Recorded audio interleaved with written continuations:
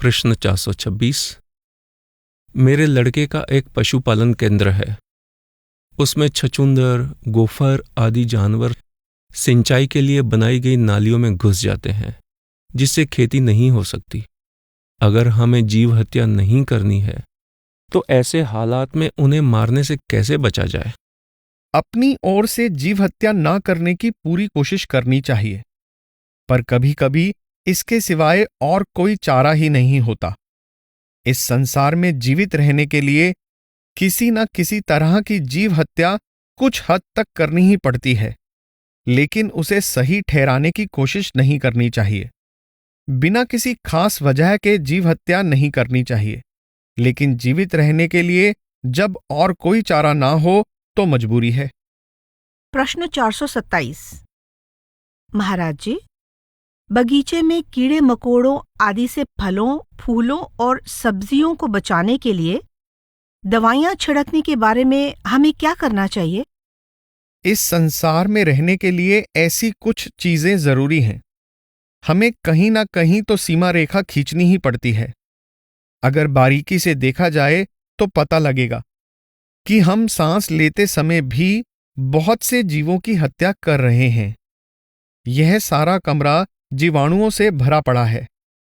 जब आप जमीन पर चलते हैं तो कई कीड़े मकोड़े मारे जाते हैं। जब आप पानी पीते हैं तब भी कई कीटाणु, जिन्हें आप बैक्टीरिया कहते हैं या और किसी भी नाम से पुकार सकते हैं, मारे जाते हैं। जिस वायु में आप सांस ले रहे हैं वह जीवों से भरपूर है। इसलिए इस दुनिया में बिना जीव हत्या के जीना असंभव है। इसके बिना सांस लेना और एक कदम भी चलना नामुमकिन है। इसलिए संत महात्मा हमें हमेशा समझाते हैं कि संसार में रहते हुए हमें कर्मों का कम से कम बोझ इकट्ठा करना चाहिए, और इसलिए वे हमें सब्जियां खाने की इजाजत देते हैं, हालांकि इनमें भी जीवन है। अब तो वैज्ञानिकों ने यह भी सिद्ध कर दिया है कि वनस्पति में भी जान है। दवाइयां छिड़ककर या किसी और तरह से कीड़े मकोड़े, चूहे आदि मारने ही पड़ते हैं ताकि फसल को बचाया जा सके।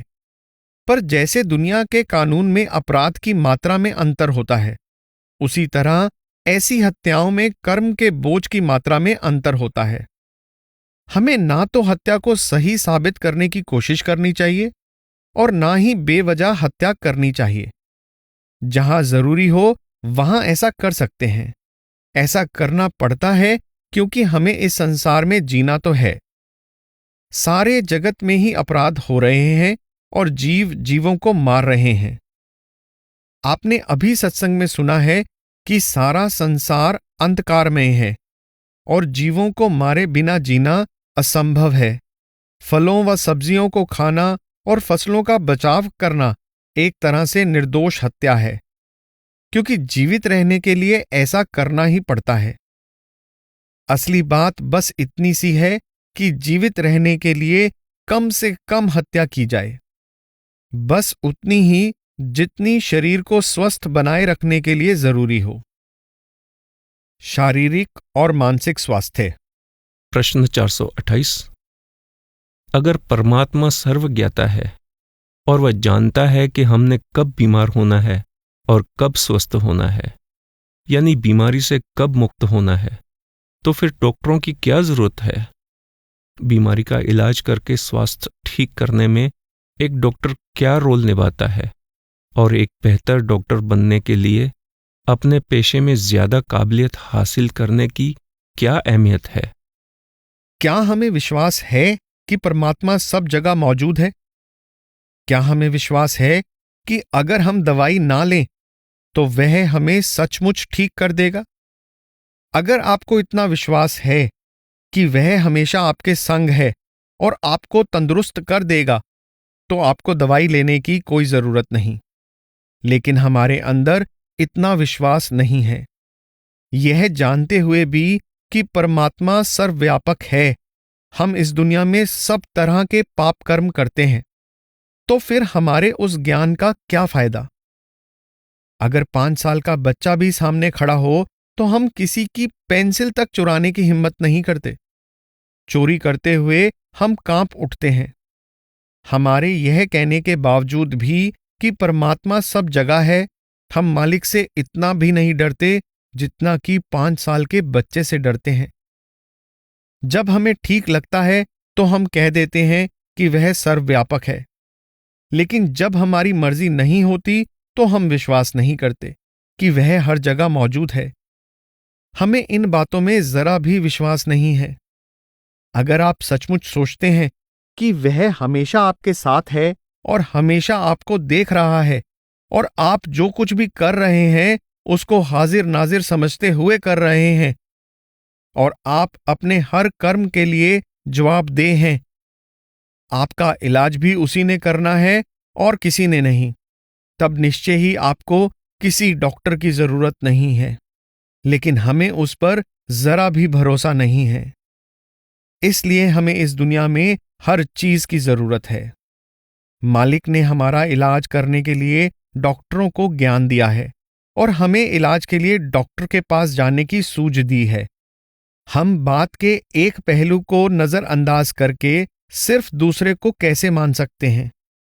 उसी ने हमें इतनी समझ दी है कि बीमारी में हमें डॉक्टर की जरूरत है और उसी ने डॉक्टर को ज्ञान दिया है जिससे वह मरीजों का इलाज कर सके। मालिक ही सब कुछ कर रहा है, इसलिए निश्चय ही हमें डॉक्टर की जरूरत है। फिर भी यह जरूरी नहीं कि डॉक्टर की दवाई हमें तंदुरुस्त कर ही देगी। अगर किसी डॉक्टर की दवाइयां इतनी असरदार होती तो फिर इतने लोगों की मौत क्यों होती? हर व्यक्ति तो इलाज से ठीक नहीं हो जाता। केवल वही व्यक्ति ठीक होंगे जिनके भाग्य में उन डॉक्टरों के द्वारा ठीक होना लिखा है।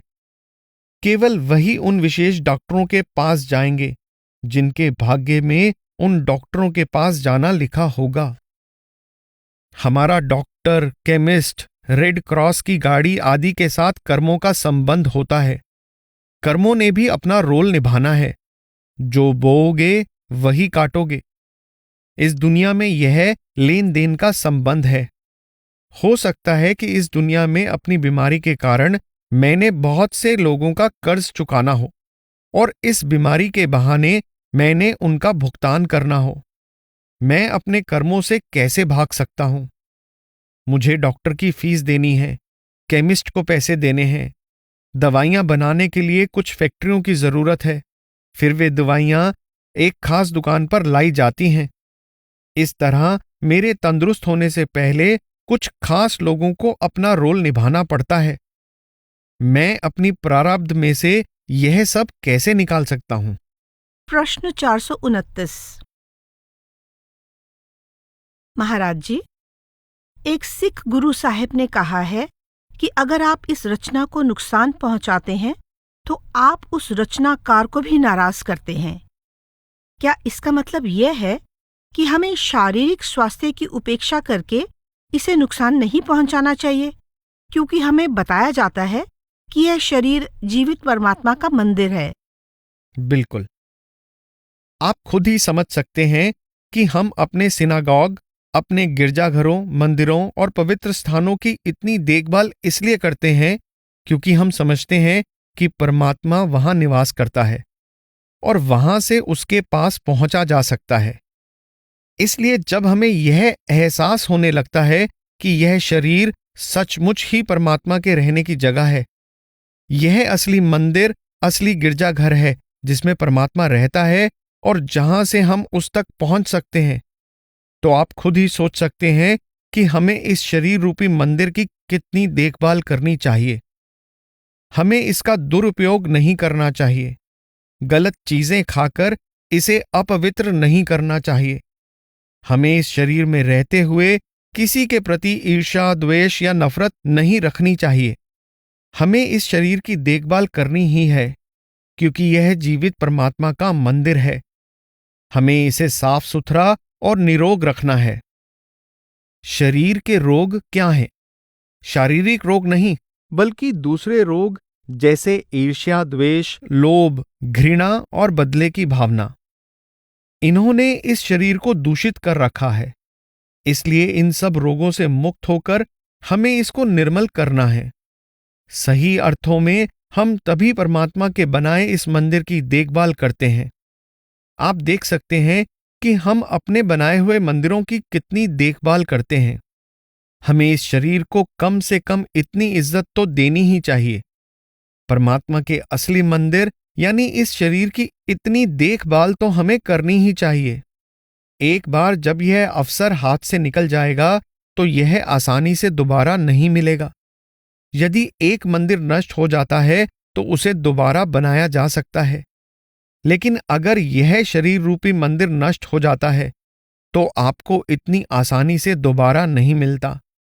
इसलिए हमें इसकी ज्यादा देखभाल करनी होगी।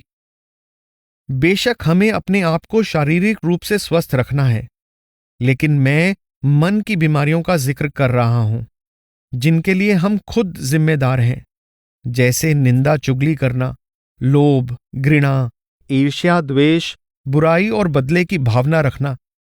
ये सब शरीर के असली रोग हैं।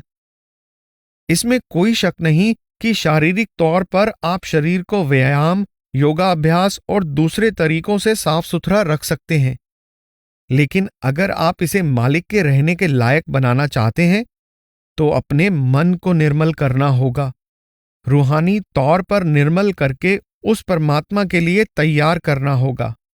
आप देखें कि जब हमने एक कप में कोई तरल पदार्थ डालना हो तो हम उसे कितना साफ करते हैं। इस तरह आप सोचें कि जब हम अपने अंतर में उस अमृत रस का आनंद लेना चाहते हैं और यह चाहते हैं कि वह मालिक हमारे अंदर बस जाए, तो इस शरीर को सफाई की कितनी ज्यादा जरूरत है। हम क्या क्या नहीं करते। हम अपने घर में सुंदर गलीचे, सुंदर कुशन और कुर्सियां लगाते हैं और तब हमें लगता है कि अब यह जगह हमारे बैठने लायक है। हम चाहते तो हैं कि परमात्मा हमारे अंदर बस जाए, परंतु क्या हम इसके लायक हैं? क्या हमारा मंदिर इतना साफ है कि परमात्मा उसमें निवास कर सके? क्या यह दुनिया की सारी मैल और विषय विकारों से भरा हुआ नहीं है? ऐसे में परमात्मा वहां कैसे निवास कर सकता है? हमें इसे मालिक के बैठने लायक बनाना है। जहां हमने खुद बैठना है, उस जगह के बारे में जब हम इतने सावधान होते हैं तो यह जरूरी है कि जहां हम मालिक को बैठाना चाहते हैं उसके बारे में भी सावधानी बरतें कि क्या यह जगह सचमुच परमात्मा के रहने लायक है और इसे कितनी सफाई की जरूरत है। प्रश्न 430। क्या इस भौतिक शरीर की देखभाल करना हमारा कर्तव्य है? जी हां, यह शरीर हमें मालिक ने दिया है और हमें इसका सही इस्तेमाल करना चाहिए ताकि हम अपना भजन सिमरन अच्छी तरह कर सकें। हमें इसके मोह में नहीं फंसना है, लेकिन इसकी देखभाल जरूर करनी है ताकि इस जन्म में हम इसका इस्तेमाल परमात्मा के प्यार और भक्ति के लिए कर सकें। प्रश्न 431। अगर मैं सारी रात भजन सिमरन करूं तो शरीर को आराम कैसे मिलेगा? ऐसा करके देखें। एक दिन ऐसा करके देख लें, तब आपको पता चल जाएगा कि शरीर पर क्या प्रभाव होता है।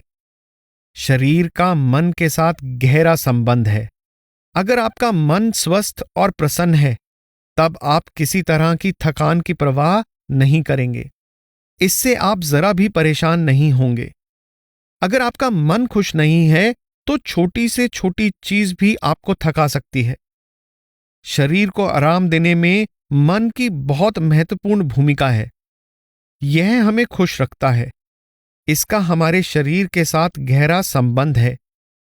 अब डॉक्टरों ने भी शरीर के साथ साथ मन का इलाज करना शुरू कर दिया है ताकि शरीर फिर से तरोताजा हो सके। आप शरीर का इलाज करते वक्त मन को नजरअंदाज नहीं कर सकते। प्रश्न 432। महाराज जी, अमेरिका में ऐसे डॉक्टर हैं जो मरीज का इलाज करने के लिए उन्हें अपने शरीर के बीमार अंग की कल्पना करने के लिए कहते हैं। मिसाल के तौर पर वे कल्पना करवाते हैं कि शरीर का वह अंग ठीक हो रहा है और वह ठीक हो जाता है। क्या यह तरीका हमारे रूहानी मार्ग के विपरीत है? कई बार कुछ किए बिना ही हम तंदुरुस्त हो जाते हैं। शरीर का ठीक होना एक स्वाभाविक प्रक्रिया है। बिना कुछ किए भी हम ठीक हो जाते हैं। कुदरत खुद ही उपचार कर देती है। दवाइयां तो सिर्फ थोड़ा जल्दी स्वस्थ करने में कुदरत की सहायता करती हैं, वरना इलाज तो कुदरत द्वारा ही होता है। मन को स्वस्थ करने का सबसे बेहतर तरीका भजन सिमरन है। भजन सिमरन मन को स्वस्थ रखता है। इससे आपके मन में आत्मविश्वास बढ़ता है कि यह बीमारी ठीक हो जाएगी। अपने अंदर यह विश्वास पैदा करने के लिए कि यह बीमारी ठीक हो जाएगी, आप अपने मन और इच्छा शक्ति का प्रयोग करते हैं। इसी से ठीक होने में भी सहायता मिलती है। इसके लिए आपको किसी के पास नहीं जाना पड़ता। प्रश्न 433। महाराज जी, हाल ही में प्रार्थना द्वारा इलाज करने वाली इंग्लैंड की एक उपचारिका मेक्सिको आई और हमारे कुछ सत्संगियों ने उसके इलाज में इतनी दिलचस्पी दिखाई कि उनमें से कई लोगों ने उससे एक पूरा सत्र इस इलाज को सिखाने की मांग की ताकि वे उस तकनीक को सीखकर उसका इस्तेमाल कर सकें। हमने इसके प्रति कुछ शंका प्रकट की और इन चीजों के बारे में आपकी राय बताई। मैंने सुना है बहुत से लोग इलाज के लिए प्रार्थना द्वारा ठीक करने वाले इन उपचार करने वालों के पास जाते हैं और उस उपचार के बावजूद वे दोबारा उसी रोग से ग्रस्त हो जाते हैं। मैंने शायद ही किसी को इस तरह से स्वस्थ होते देखा हो सकता है कुछ लोग ठीक हुए भी हों। मैं कुछ नहीं कह सकता। अगर आपके मन में पक्का विश्वास हो जाए तो आप खुद ही अपने आप को ठीक कर सकते हैं। अगर आप मालिक पर पूरा भरोसा कर लें कि जो भी वह करता है ठीक ही करता है, इसी में आपकी भलाई है और यही आपके अपने भले के लिए है, तो आप अपनी आत्मा को रोग मुक्त कर लेंगे। क्या आप मेरी बात समझ रहे हैं? भजन सिमरन परमात्मा में दृढ़ विश्वास बनाने की कोशिश के अलावा और कुछ नहीं है। वह जो कुछ भी करता है आखिरकार उसी में हमारी भलाई होती है।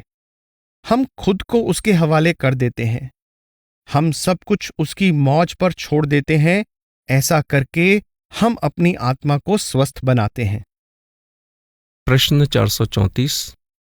महाराज जी, अगर किसी सत्संगी को कोई लाइलाज बीमारी हो जाती है तो क्या उसे इलाज के लिए गहन चिकित्सा करवा लेनी चाहिए या उसे इसके लिए इनकार कर देना चाहिए?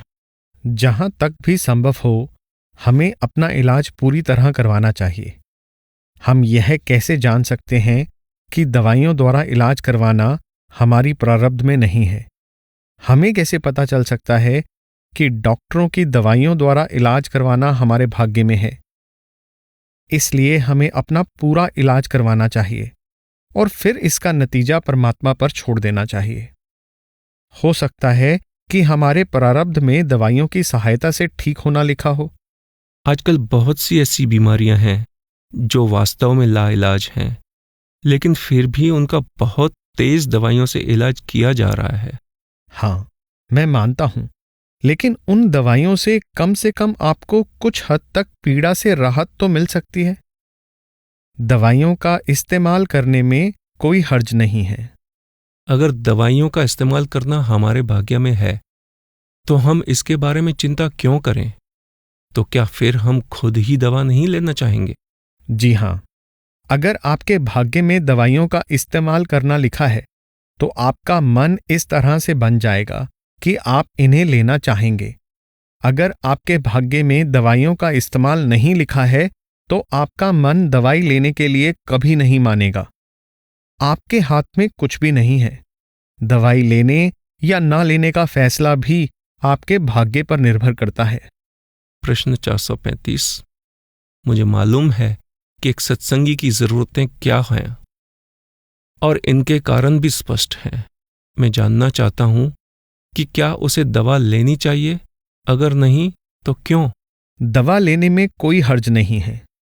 हम दवा इंद्रियों के भोगों के लिए तो नहीं खाना चाहते और उस मकसद से खानी भी नहीं चाहिए। हमें तो केवल तंदुरुस्त रहने और तंदुरुस्ती को बनाए रखने के लिए दवाई का इस्तेमाल करना है ताकि हम मालिक की भक्ति कर सकें। इसलिए जरूरत पड़ने पर दवा लेने में कोई हर्ज नहीं है। प्रश्न 436। महाराज जी, मैंने सुना है कि दर्द ही दवा है। क्या हमें जहां तक संभव हो दर्द को सहन करना चाहिए या उसे दूर करने की दवा लेनी चाहिए? अगर हम बीमार हैं और दर्द से कर्राह रहे हैं, लेकिन यह सोचकर दवा ना लेना चाहें कि इससे कर्मों के भुगतान में रुकावट होगी, तो यह कर्मों के बारे में बहुत गलत धारणा है। जीवन में हमेशा व्यवहारिक दृष्टिकोण अपनाना चाहिए। जैसा कि मैंने कल कहा था, विज्ञान ने जो भी उपलब्धियां हासिल की हैं और जो भी दूसरी सहूलतें हमें दी हैं, उन्हें शारीरिक सुख के लिए इस्तेमाल कर लेना चाहिए, पर जिंदगी के असली मकसद को नहीं भूलना चाहिए। दर्द से छुटकारा पाने के लिए डॉक्टर से राय लेने में कोई हर्ज नहीं है। अगर हमारे कर्मों में उससे आराम मिलना लिखा होगा, तभी हमें दर्द से राहत मिलेगी। अगर हमारे कर्मों में राहत पाने के लिए डॉक्टर से इलाज करवाना लिखा होगा, तो सीधी सी बात है, हम डॉक्टर के पास जाएंगे और उसकी सलाह को मानते हुए दवाई लेंगे। इसलिए ऐसा नहीं सोचना चाहिए कि अगर हम दर्द से छुटकारा पाने की कोशिश करेंगे तो इससे कर्मों को भोगने में रुकावट पड़ेगी। ऐसा नजरिया ना तो सही है और ना ही व्यवहारिक। हमें इस संसार में रहना है। अगर कोई और ऐसी ही स्थिति में हो तो क्या उसकी सहायता कर सकते हैं? क्या ऐसा करना सही होगा? ऐसी हालत में हमें किसी की भी, बल्कि हर किसी की सहायता करने की कोशिश करनी चाहिए। यह सहायता दवा से, नेक सलाह से या फिर उससे हमदर्दी जताकर की जा सकती है। हमें तो हर किसी की सहायता करने की कोशिश करनी चाहिए। प्रश्न 437। महाराज जी, कई बार डॉक्टर अपने रोगियों के इलाज के लिए जीव जंतुओं की कोशिकाओं से बने इंजेक्शन लगवाने का निर्देश देते हैं। क्या सत्संगियों को ऐसे इंजेक्शन लगवाने की इजाजत है? आजकल बहुत से दूसरे रास्ते भी हैं। शायद ही ऐसा कोई इंजेक्शन हो जिसका कोई दूसरा विकल्प ना हो। जितना हो सके हमें पशु उत्पादों से बनी दवाइयों से बचने की कोशिश करनी चाहिए। अगर हम उसके बदले कोई और दवा इस्तेमाल कर सकते हों, तो हमें इन पशुओं की कोशिकाओं से बनी दवाइयों का इस्तेमाल कभी नहीं करना चाहिए। प्रश्न 438। महाराज जी, मेरा सवाल मनुष्यों के अंगों के प्रत्यारोपण के विषय में है। अगर दान देने वाले के भाग्य में ऐसा है तो वह अंग दान अवश्य करेगा, और अगर रोगी के भाग्य में लिखा है तो उसे वह अंग मिल ही जाएगा। अगर दोनों के भाग्य में लिखा है तो प्रत्यारोपण सफल हो जाएगा। यदि उनके भाग्य में ऐसा नहीं लिखा तो यह कामयाब नहीं होगा। प्रश्न 439। महाराज जी, क्या शरीर का कोई अंग जैसे आंखें या हृदय वैज्ञानिक खोज के लिए देने की इजाजत है? अगर मौत के बाद हमारा शरीर या इसका कोई भी अंग किसी के काम आ सके तो अंगदान करना बहुत अच्छी बात है। इसमें कोई नुकसान नहीं है। यह तो काबिले तारीफ है, क्योंकि आप शरीर को त्याग चुके हैं, और अगर कोई और इससे फायदा उठा सके तो ऐसा क्यों ना करें। तब क्या कोई कर्म नहीं बनते? कैसे कर्म? जब आपने शरीर ही त्याग दिया है तो शरीर के साथ कर्मों का संबंध खत्म हो जाता है। आपकी आत्मा वहां नहीं है और मन भी शरीर में नहीं है, तो फिर कर्म कैसे? मैं जानना चाहता था कि शायद हृदय और नेत्र देने से कर्म बनते हैं। बिल्कुल नहीं। जब मन और आत्मा शरीर को छोड़ चुके हैं तो शरीर कर्मों के लिए किसी भी तरह जिम्मेदार नहीं हो सकता। प्रश्न 440। क्या योग फायदेमंद है? योग कई प्रकार का है। जिस अभ्यास को आजकल लोग योग समझते हैं उसका संबंध शारीरिक आसनों से ही है, लेकिन योग का असली मतलब केवल शारीरिक आसन ही नहीं है। संतमत भी एक योग है जिसे हम सुरत शब्द योग कहते हैं। योग का अर्थ है जोड़ना। संतमत आत्मा का परमात्मा के साथ मिलाप करवाता है, लेकिन पश्चिमी देशों में आमतौर पर योग का अर्थ शारीरिक व्यायाम ही समझा जाता है। प्रश्न 441। प्राणायाम के संबंध में आपके क्या विचार हैं? श्वास संबंधी अभ्यास को ही प्राणायाम कहते हैं। प्राणायाम से संबंधित ध्यान की साधनाओं के बारे में आपकी क्या राय है? यह एक दूसरी तरह का मन को ऊंची अवस्था में ले जाने वाला अभ्यास है, पर यह भी आपको बहुत दूर तक नहीं ले जा सकता। इससे मन को एकाग्र करने में कुछ सहायता मिल सकती है, लेकिन आज के युग में गृहस्थी लोगों के लिए या उनके लिए जो काम धंधों में इतने व्यस्त हैं, बगैर सही मार्गदर्शन के यह अभ्यास करना आसान नहीं है। प्राणायाम या हठ योग के अभ्यास में हर कदम पर गुरु की जरूरत होती है, वरना कई तरह की उलझनें पैदा हो सकती हैं। इतना सब करने के बाद भी सिर्फ यही फायदा होता है कि आप शरीर को स्वस्थ रख सकते हैं, आप श्वास पर नियंत्रण रख सकते हैं और कुछ हद तक मन पर भी नियंत्रण रख सकते हैं, पर इससे ज्यादा और कुछ नहीं कर पाते। ये अभ्यास मैं अपने शरीर और मन को ऐसी अवस्था में लाने के लिए करता हूँ जिनसे कुछ हद तक आराम मिले और शरीर तथा मन तनाव रहित हो जाएं। यह तो स्वाभाविक ही है कि तनाव मुक्त शरीर और शांत मन रूहानी अभ्यास के लिए अच्छा है। शारीरिक परेशानी और मानसिक चिंता अभ्यास में बाधक होते हैं। इसलिए योगी जन अपना रूहानी अभ्यास शुरू करने से पहले व्यायाम द्वारा शरीर को तथा प्राणायाम द्वारा मन को तनाव मुक्त कर लेते थे। लेकिन ये अभ्यास साधन मात्र थे, मंजिल या लक्ष्य नहीं। आजकल लोगों ने इन्हीं अभ्यासों को लक्ष्य बना लिया है और वे समझते हैं कि ये ही रूहानी अभ्यास हैं। ऐसी सोच गलत है। वैसे ये अभ्यास करने में कोई हर्ज नहीं है। प्राणायाम या योग के अन्य अभ्यास करने में कोई हानि तो नहीं है? अगर किसी के पास इतनी फुर्सत हो और एक अच्छा मार्गदर्शक या शिक्षक मिल जाए तो ठीक है। अगर आप सोचें कि पुस्तकों को पढ़कर आप ये क्रियाएं कर सकेंगे तो यह नामुमकिन है, क्योंकि इनसे उलझने पैदा होने की संभावना सदा बनी रहती है। मैं ऐसे कई लोगों को जानता हूं जिन्हें सही मार्गदर्शन मिलने पर भी कई उलझनों का सामना करना पड़ा, क्योंकि आज का युग इन क्रियाओं के लिए उपयुक्त नहीं है। पुराने जमाने में जो लोग ये क्रियाएं करते थे वे पूर्ण ब्रह्मचारी होते थे और जंगलों में रहते थे। वे इन क्रियाओं को कर सकते थे और ये शायद उनके लिए जरूरी भी थी। लेकिन आज दुनिया का माहौल एकदम बदल चुका है। मेरे कहने का मतलब यही है कि अगर कोई ये अभ्यास कर सके तो अच्छा है, लेकिन इन्हें रूहानी अभ्यास समझकर नहीं करना चाहिए। फिर ये अभ्यास करने के लिए अच्छी सेहत की भी जरूरत होती है। कुछ लोगों का दिल कमजोर होता है और उनके लिए प्राणायाम तथा कुछ यौगिक आसन करना नुकसानदेह हो सकता है। मैं ऐसे कई केस जानता हूं जिनमें योगी जनों या शिक्षकों ने अपने शिष्यों की दिल की जांच करवाने की ओर ध्यान नहीं दिया, और जब शिष्यों ने यौगिक क्रियाएं करने की कोशिश की तो उनका हार्ट फेल हो गया। ये लोग शारीरिक पहलू पर ध्यान दिए बिना सभी लोगों से एक जैसे आसन करवाना शुरू कर देते हैं, भले ही उनका शिष्य रक्तचाप का, मधुमेह का या दिल का मरीज हो या जल्दी घबरा जाता हो। सभी लोगों के लिए उनके पास एक ही तरह के व्यायाम होते हैं, इसलिए कभी कभी स्थिति बड़ी जटिल हो जाती है और समस्याएं उत्पन्न हो जाती हैं। प्रश्न 442। क्या सूक्ष्म मंडल में भी दुख दर्द होता है, या हमारे बुरे कर्मों का भुगतान सिर्फ इस स्थूल जगत में ही होता है? वहां कोई शारीरिक दुख नहीं होता, वहां केवल मालिक के वियोग की मानसिक पीड़ा होती है। शारीरिक दुख केवल इस स्थूल शरीर में ही होते हैं। प्रश्न 443। महाराज जी, मैं पागलपन के बारे में सवाल पूछना चाहता हूँ। क्या पागलपन से पांचों ज्ञान इंद्रियां नष्ट हो सकती हैं? हमारे कर्मों का इससे क्या संबंध है?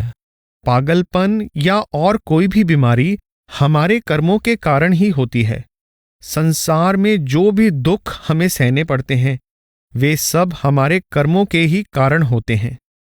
हम पिछले जन्मों में जो बीज बो चुके हैं अब उनका फल भोग रहे हैं, लेकिन हमें पूरी कोशिश करके बीमारी का डॉक्टरी इलाज करवाना चाहिए। पर बीमारी का दुख निश्चित रूप से कर्मों के कारण ही भोगना पड़ता है। प्रश्न 444। कई बार मनोवैज्ञानिक और मनोचिकित्सक हमारी समस्याओं को हल करने में हमारी सहायता कर सकते हैं। क्या ऐसा करना हमारे हित में है या नहीं? हमारे आधुनिक समाज में समस्या यह है कि हम सब बहुत स्वार्थी हो गए हैं। हमें किसी पर भी भरोसा या विश्वास नहीं रहा। हम किसी दोस्त के साथ भी अपनी समस्या के बारे में बात करना नहीं चाहते, क्योंकि हम किसी पर भी भरोसा नहीं करते। इस तरह हम अपनी समस्याओं को अपने अंदर ही अंदर दबाते रहते हैं और फिर मनोवैज्ञानिकों के पास या औरों के पास भागते फिरते हैं। वे क्या करते हैं? वे सिर्फ आपकी बात सुनते हैं, आपको खुलकर बात करने और आपके अंदर दबी भावनाओं को बाहर निकालने में आपकी सहायता करते हैं। हम उनकी दोस्ती हासिल करने और उनके साथ अपने मन का दुख दर्द बांटने के लिए उनको फीस देते हैं और कुछ नहीं। हम उनके पास इसलिए जाते हैं क्योंकि आजकल कोई हमारा सच्चा दोस्त नहीं है। यहां तक कि अगर हमारे साथ समझदार पत्नी और परिवार भी है तो उनकी भी अपनी सीमाएं हैं। हर कोई इतना व्यस्त है और अपनी ही समस्याओं से घिरा हुआ है, इसलिए हम सारी समस्याएं अपने अंदर ही अंदर दबाए रखते हैं। ये सभी दबाव और तनाव हमारे अंदर इकट्ठे होते जाते हैं। इसीलिए आजकल इतने अधिक मानसिक रोगी, इतनी अधिक मनोवैज्ञानिक समस्याएं हैं, क्योंकि आधुनिक समाज में हम अपने आप तक ही सीमित होते जा रहे हैं। यही कारण है कि आजकल अपने दोस्त बनाने, किसी से सहायता पाने, उन्हें समस्याएं सुनाने के लिए हमें उन्हें फीस देनी पड़ती है। फिर जब हम उनके सामने अपना गुबार निकाल लेते हैं, जब हमारे अंदर की घुटन बाहर निकल जाती है, तब हम सोचते हैं कि हम बहुत हल्के हो गए हैं। मनोवैज्ञानिक हमारी कौन सी समस्याएं सही तौर पर हल कर पाते हैं? भजन सिमरन के द्वारा आप इन सभी समस्याओं से ऊपर उठ सकते हैं। प्रश्न 445। महाराज जी, हम लोग जो मनोवैज्ञानिक समस्याओं वाले लोगों के साथ काम करते हैं, क्या कोई ऐसा बुनियादी नियम, कोई स्पष्ट सिद्धांत है जिसे उनके साथ काम करते समय हम ध्यान में रख सकते हैं?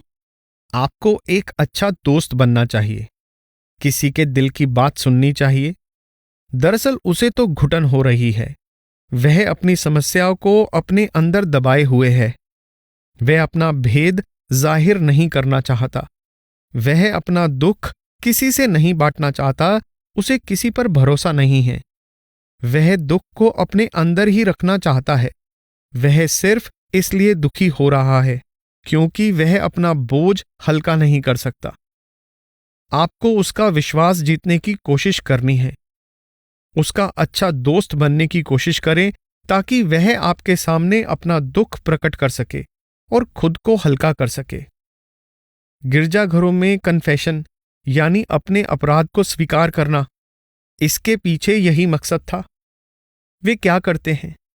वे कभी किसी को उनके पापों से मुक्त नहीं करते थे। वे सिर्फ उनके मन के बोझ को हल्का कर देते थे। वे उनकी समस्याएं सुनते थे। वे अपने घोर अपराध, जिन्हें वे किसी दूसरे को जाहिर नहीं कर सकते थे और किसी के साथ बांट भी नहीं सकते थे, बस किसी को बताना चाहते थे। वे सहमे होते थे, लेकिन उन्हें फादर यानी पादरी पर विश्वास था। वे अपने अपराधों को स्वीकार करके अपना मन हल्का कर लेते थे। एक मनोवैज्ञानिक का भी यही मकसद है। उसे मरीज का दोस्त बनना पड़ता है, उसे उनका विश्वास जीतना पड़ता है। हर एक रोगी मनोचिकित्सक पर विश्वास नहीं करता जब तक उसे दूसरे व्यक्ति के प्यार और उसके तौर तरीकों पर भरोसा नहीं हो जाता। वह हर बात को अपने तक ही रखने की कोशिश करता है। यह उस डॉक्टर पर निर्भर करता है कि वह किस प्रकार रोगी को अपना मन खोलने के लिए प्रेरित करता है। एक रोगी का डॉक्टरी इलाज करने का मतलब है उसे कुछ गोलियां, दवाइयां दे देना, लेकिन उसका मनोवैज्ञानिक रूप से इलाज करने का मतलब है कि उसका अच्छा दोस्त बनना है, ताकि वह अपनी सारी समस्याएं आपके साथ बांट सके। उसकी समस्याएं उसी वक्त खत्म होनी शुरू हो जाती हैं जब वह उनको आपके साथ बांट लेता है। प्रश्न 446। क्या एक सत्संगी नकारात्मक तांत्रिक शक्तियों के प्रभाव में आ सकता है? काला जादू और तंत्र मंत्र अक्सर अंधविश्वास होता है। ये चीजें कभी किसी पर प्रभाव नहीं डालती। वे हमारी इच्छा शक्ति को इतना कमजोर बना देती हैं कि फिर इन चीजों का प्रयोग करने वाले लोग हमारा नाजायज फायदा उठाते हैं। यह सब अंधविश्वास है। यहां तक कि जब लोग दूसरों के वश में हो जाते हैं। दरअसल कुछ बुरी आत्माएं होती हैं। मैं बुरी आत्माओं की हस्ती से इनकार नहीं करता, लेकिन वे किसी के वश में नहीं होती। उन्हें हम पर हावी नहीं किया जा सकता। कुछ लोग एक दूसरे के मोह में इतना ज्यादा फंसे होते हैं कि अगर उनकी अचानक मृत्यु हो जाए तो वह प्रेतात्मा बन जाते हैं, और जिन लोगों से उनका मोह होता है वे उनका शिकार बन जाते हैं। मैं इस बात से इनकार नहीं करता, लेकिन ये भूत और प्रेत किसी व्यक्ति के अधीन नहीं होते कि कोई उनको हमारे विरुद्ध इस्तेमाल कर सके। यह सब अंधविश्वास है। प्रश्न 447। क्या काला जादू संत मत के अनुयायियों के आपसी तालमेल को बुरी तरह प्रभावित कर सकता है? काला जादू सत्संगी का कुछ नहीं बिगाड़ सकता। जो परमपिता परमात्मा के भक्त हैं, उन पर काला जादू कोई असर नहीं कर सकता। यह काला जादू नहीं, बल्कि लोगों के अपने मन हैं जो आपस में लड़ाई झगड़े पैदा करवाते हैं। प्रश्न 448। क्या भूत प्रेत होते हैं? और अगर होते हैं तो क्या वे हमें किसी तरह का नुकसान पहुंचा सकते हैं? जी हां, होते हैं। भूत भी होते हैं और प्रेत भी। वे हमें सिर्फ इसलिए तंग करते हैं कि हमारा उनसे मोह होता है। मैं एक मोटी सी मिसाल देता हूं। मान लें कि दो व्यक्ति एक दूसरे से बेहद प्यार करते हैं और अचानक किसी दुर्घटना या किसी और कारण से उनमें से एक की मृत्यु हो जाती है। उनका एक दूसरे से इतना मोह था कि मृत व्यक्ति की आत्मा दूसरे के आसपास मंडराना शुरू कर देती है। भूत प्रेत होते हैं, लेकिन वे सत्संगी को नुकसान नहीं पहुंचा सकते। अगर आप भजन सिमरन करती हैं और इस तरह के मोह या प्यार तथा ऐसे चेहरों की ओर ध्यान ना दें, तो वे आपको कोई नुकसान नहीं पहुंचा सकते। महाराज जी, कभी कभी ऐसी रूहों के बारे में सुनने में आता है जो घरों में घुस जाती हैं और चीजों को इधर उधर फेंक कर लोगों को डराती रहती हैं। आखिरकार वे लोग हार कर घर ही छोड़ जाते हैं। असल में रूहें उन्हें कोई नुकसान नहीं पहुंचाती। उनके मन की गहराई में यह बात बैठ गई है कि वहां रूहें हैं, और रूहों का डर ही उनको नुकसान पहुंचा रहा है। उन्हें नुकसान पहुंचाने वाली रूहें नहीं हैं। इस तरह के डर अवचेतन मन में पैदा होते हैं और भजन सिमरन की सहायता से इनसे ऊपर उठा जा सकता है। भजन सिमरन करने से मन निर्मल हो जाता है और इंसान को उस खुशी और आनंद के कारण शांति मिलती है। तब किसी भी तरह का डर नहीं लगता और किसी भी तरह का नुकसान नहीं हो सकता। रूहें तो वैसे भी आपको कोई नुकसान नहीं पहुंचा सकती, लेकिन आपके मन में बैठा हुआ डर आपको नुकसान पहुंचाता है। भजन सिमरन के द्वारा आप यह डर दूर कर सकते हैं। प्रश्न 449। क्या भूत पिशाच का साया होने जैसी कोई चीज होती है? अगर ये चीजें हैं तो क्या कोई सत्संगी ऐसे व्यक्ति की सहायता कर सकता है, और क्या इस प्रकार की सहायता करनी चाहिए? बुरी आत्माएं?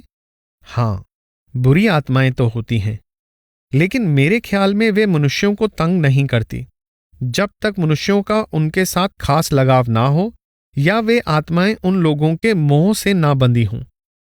ऐसा कभी कभी होता है। मिसाल के तौर पर एक दूसरे से बहुत ज्यादा प्यार करने वाले पति पत्नी अचानक किसी दुर्घटना का शिकार हो जाते हैं और उनमें से एक की मृत्यु हो जाती है। तो कई बार जीवित साथी को ऐसा लगता है कि उसके मृत साथी की आत्मा उसके आसपास मंडरा रही है। लेकिन अगर जीवित व्यक्ति दृढ़ इच्छा शक्ति वाला है तो ये आत्माएं उसको कोई नुकसान नहीं पहुंचा सकती, खासकर सत्संगियों को तो बिल्कुल भी नहीं। सत्संगियों को इन आत्माओं से घबराना नहीं चाहिए। वे सत्संगियों का कुछ नहीं बिगाड़ सकती। वे उन्हें डरा तो सकती हैं। एक सत्संगी ने जिसकी पहली पत्नी का देहांत हो चुका है, ऐसी महिला से शादी की जो सत्संगी नहीं है। उस महिला ने उसकी मृतक पत्नी को घर में देखा। 1 महीने बाद उसने अपने पति को बताया, मुझे यहां तुम्हारी मृतक पत्नी दिखाई देती है। और उसने कहा, मैं यह बताना तो नहीं चाहता था, लेकिन मुझे भी दिखाई देती है। उन्होंने वह घर छोड़ दिया और मृतक पत्नी ने उनका पीछा नहीं किया। उसने उनके साथ कुछ बुरा तो नहीं किया, लेकिन उनको परेशानी तो हुई। बहुत सी ऐसी बातों का संबंध मन से है। मैं भी ऐसे 1-2 लोगों के बारे में जानता हूं जिनकी पत्नी की मृत्यु हो गई और आदमी ने दूसरी औरत से शादी कर ली, और उसकी दूसरी औरत को यह महसूस होता था कि उसकी पहली पत्नी की आत्मा उसके आसपास मंडराती है।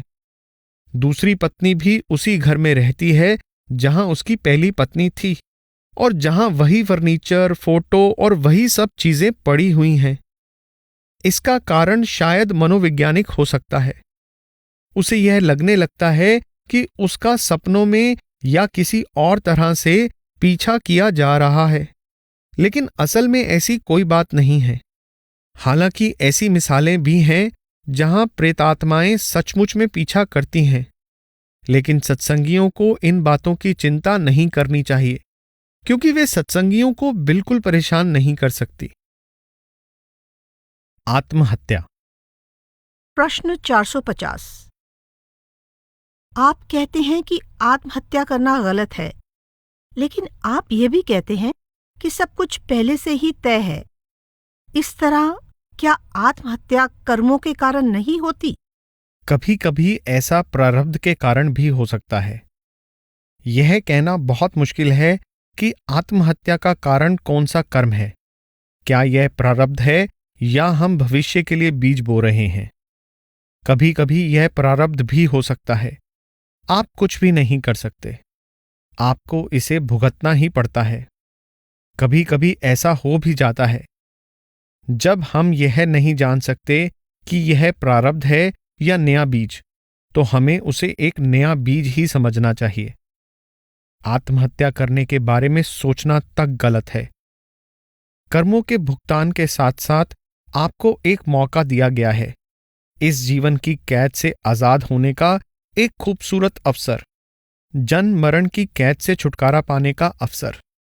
बजाय इसके कि हम आत्महत्या करके अपने कर्मों से बचने की कोशिश करें, हमें इस मौके से फायदा उठाना चाहिए और परमात्मा के पास वापस जाने के लिए संघर्ष करना चाहिए। हम आत्महत्या क्यों करते हैं?